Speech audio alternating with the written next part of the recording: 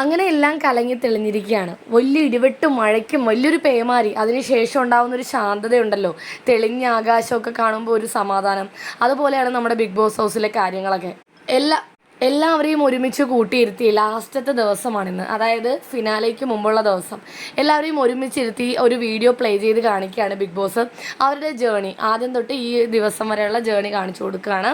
ഒരുപാട് കാര്യങ്ങൾ അതിൽ കാണിക്കുന്നുണ്ട്. ജാസ്മിനൊക്കെ ജേണി കാണിക്കാൻ പോവാണ്, വീഡിയോ പ്ലേ ചെയ്യാൻ പോവുകയാണെന്ന് പറയുമ്പോൾ തൊട്ട് കരയുന്ന കരച്ചിലാണ്. അവസാനം വരെ കമന്ന് കിടന്ന് കരയാണ് ജാസ്മിനൊക്കെ. അതുപോലെ നമ്മുടെ അപ്സരയാണെങ്കിലും ജിൻഡോയാണെങ്കിലും ഋഷിയും ഹൻസിബയും അങ്ങനെ എല്ലാവരും കരച്ചിലാണ്. ഓൾമോസ്റ്റ് എല്ലാവരും പൊട്ടിക്കരയുന്നുണ്ട്. ഗബ്രിയുടെ ഒക്കെ മനക്കരുത്ത് സമ്മതിച്ചു കൊടുത്തേ പറ്റുള്ളൂ. എല്ലാവരെയും സമാധാനിപ്പിക്കുകയാണ് ഗബ്രിയൊക്കെ. ഗബ്രിയൊന്നും ഒരു തുള്ളി കണ്ണുനീര് പോലും വരുന്നില്ല. ഗബ്രിക്കൊക്കെ മനസ്സിൽ അത്രയും സങ്കടം ഉണ്ടാകും ഇതൊക്കെ കാണുമ്പോൾ. പിന്നെ നമ്മൾ പ്രേക്ഷകർ വരെ, സത്യം പറഞ്ഞാൽ ഞാൻ വരെ കരഞ്ഞു പോയി കണ്ടു കഴിഞ്ഞപ്പോൾ.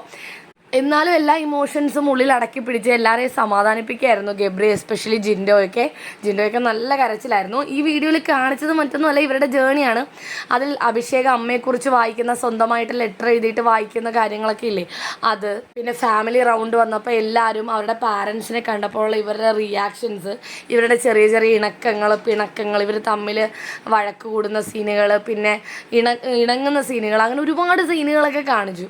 അവസാനം ജിൻഡോയ്ക്ക് കരച്ചിൽ നിർത്താൻ പറ്റാതെ ഞാനിവിടെ ഒറ്റയ്ക്കായിരുന്നു, സത്യമാണ് ഞാൻ ഇവിടെ അവസ്ഥയായിരുന്നു എന്നൊക്കെ പറഞ്ഞ് കരയുമ്പോൾ ഗബ്രി എന്ന് ആശ്വസിപ്പിക്കുമ്പോൾ കൂടെ ജാസ്മിനും ചെല്ലുന്നുണ്ട്. ജാസ്മിനും കണ്ണീരൊക്കെ തുടച്ച് കൂടെ ഇരുന്ന് കെട്ടിപ്പിടിച്ച് ആശ്വസിപ്പിക്കുന്നുണ്ട്. ഈ വീഡിയോയുടെ ആഫ്റ്റർ എഫക്റ്റ് അത്രമാത്രം ഉണ്ടായിരുന്നു. എല്ലാവരും